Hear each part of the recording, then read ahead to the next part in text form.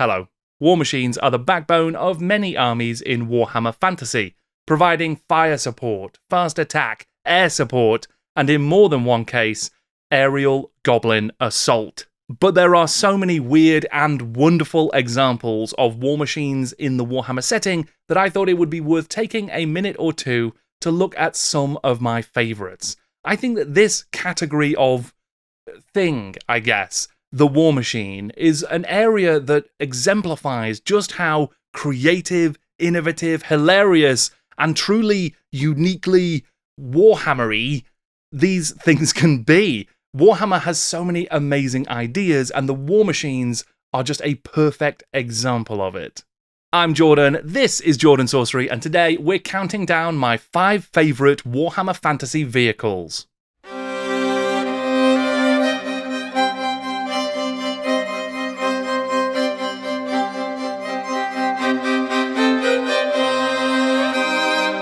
Every now and again here on the channel, I like to dive headfirst into the nostalgia like some kind of Scrooge McDuck swimming through retro cardboard tokens. And something that's been on my mind a lot lately are the fantastic fantasy mobile machines of Warhammer.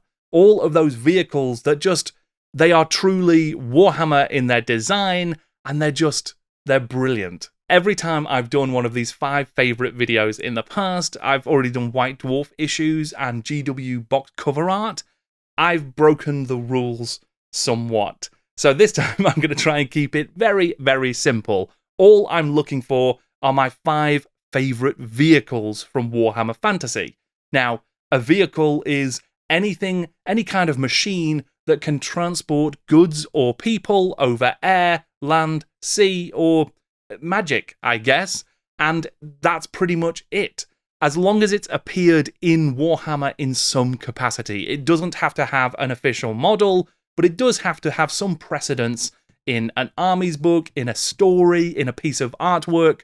As long as it's from the Warhammer world in some way, it will count. So unfortunately that does mean that the Skaven death copter that I drew in the back of my English exercise book in school will not be in this list, but there are going to be some amazing Warhammer Fantasy vehicles.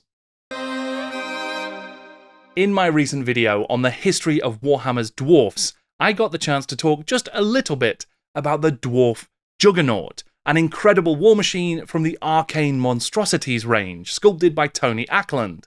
It is an absolutely amazing kit, but in truth, as much as I do love that machine, my heart really belongs to the Chaos Dwarf Juggernaut. Designed by Michael Perry, the Chaos Dwarf Juggernaut is essentially a small siege tower, and the modular kit actually made it possible to add as many levels as you might fancy. The kit was advertised in the 1991 Citadel catalogue, but to my knowledge, it never received any official rules. Later Chaos Dwarf armies would abandon this ramshackle Jim Henson-looking death trap in favour of some pretty impressive siege trains. But for me, the original Chaos Dwarf Juggernaut remains a classic of chaotic engineering. During the cataclysmic history of the elves, the civil war known as the Sundering ended with the destruction of vast portions of Ulthuan as the seas rose to reclaim the very earth. Although many perished during this event, a large number of Dark Elves managed to harness their foul magics in order to save their fortress cities, which fell into the sea but did not sink, becoming the dark and dangerous vessels known as the Black Arks. I remember reading about these mammoth magical monstrosities before I ever saw one, and for some reason at the time it just took root in my imagination. It was just such a cool idea. This entire city that acted like a huge raiding pirate ship sailing through the waters of the old world and just raining down destruction on coastal towns and enemy fleets and all that kind of stuff. There are some amazing flying islands and fortresses in Warhammer's art, but the floating island, the Black Ark of Naggaroth, was just something that really caught me.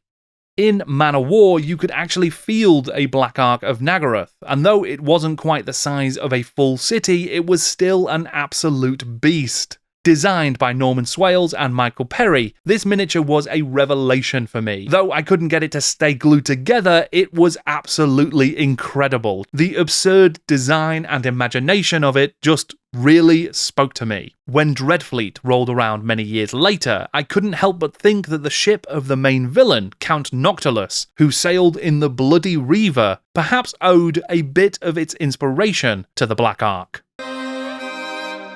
Right, this one was very tough for me. At one point, I was thinking maybe the Snotling Pump Wagon might take this slot, and then the Death Roller from Blood Bowl had it. But really, if we're talking about giant wheels that deal death and have no regard for health and safety, there was no better choice than my old friend, the Skaven Doom Wheel.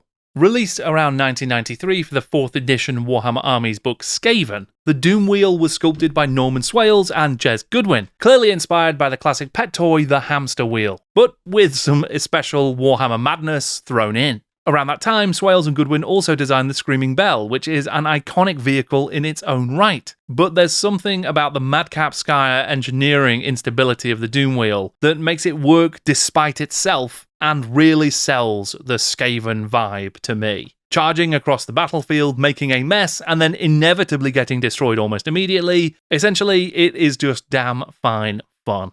I've mentioned the name Norman Swales a few times in this video already, and that's because he was an incredible sculptor of war machines at Citadel. He worked at Hinchcliffe before that, and with Perry Miniatures afterwards. In most, if not all cases, Swales would sculpt the machine parts of the model, and another sculptor would work on the crew, just as Jez Goodwin did for the Doom Wheel here. I've actually struggled to find much more information about Norman Swales, besides credits for the many Warhammer 40k and epic vehicles and war machines that he worked on, but I wanted to mention him specifically because he always did such excellent work, and the war machines and vehicles of Warhammer owe him a great deal.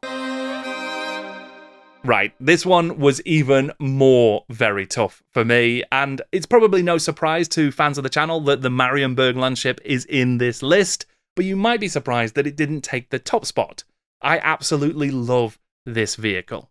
The Empire Steam Tank is a wondrous creation, and when a series of variant kits were produced during 6th edition, they were magnificent. One of those variants, the Von Zeppel, as good as makes the Steam Tank into an Imperial War Wagon, another amazing kit from yesteryear. So what would happen if you took that Von Zeppel contraption off the top of a tank and put it on top of a boat, and then you put the boat on top of land?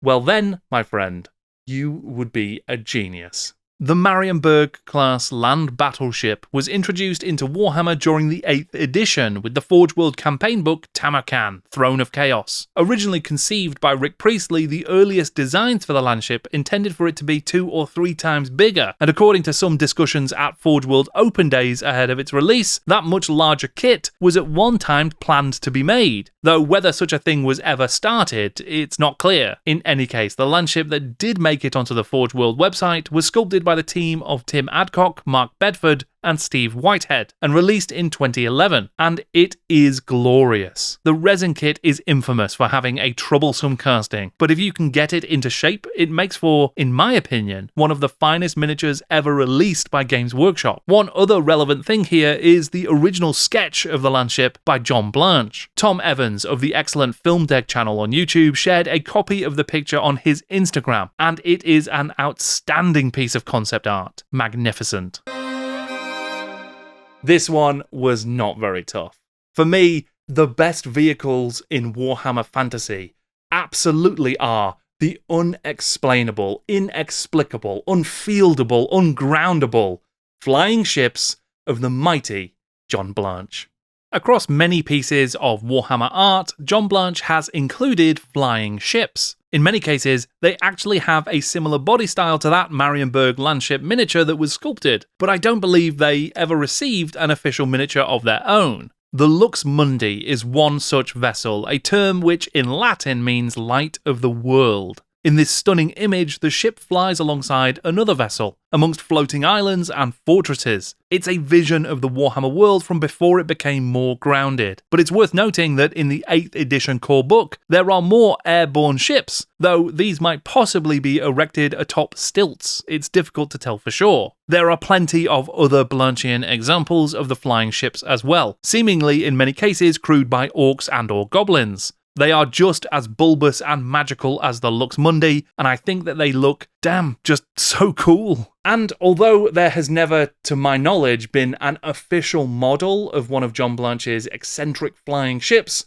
that doesn't mean that people haven't made them. In 1997, Michael Jacobson took gold in the Golden Demon Open category with an amazing and pretty faithful diorama that recreated the John Blanche flying ship. For the 1989 Golden Demon, Ivan Bartlett, who would later join Games Workshop, made a Chaos Sky Galleon called the Blood Prow, which was pretty impressive as well. And of course, these vehicles feel to me like ancestors to the ships utilised by the Caradron Overlords in Age of Sigmar. But despite all of those, it's always felt a little bit of a shame to me that there was never a true kit for the John Blanche flying ships in Warhammer Classic. But at least we have all of that unforgettable John Blanche art to continue admiring.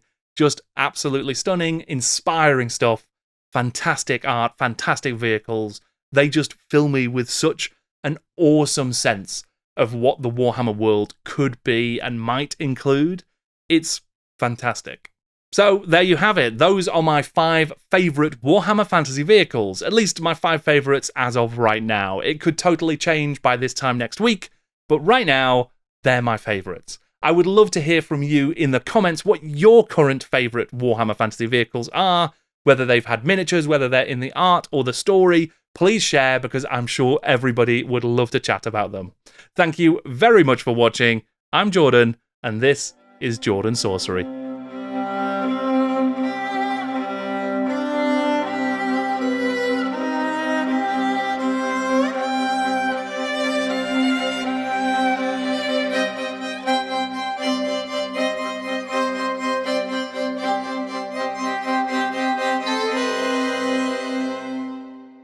There was a long debate between me and Martha about whether or not you could include the Chaos War Mammoth in this list. Does it technically count as a war machine?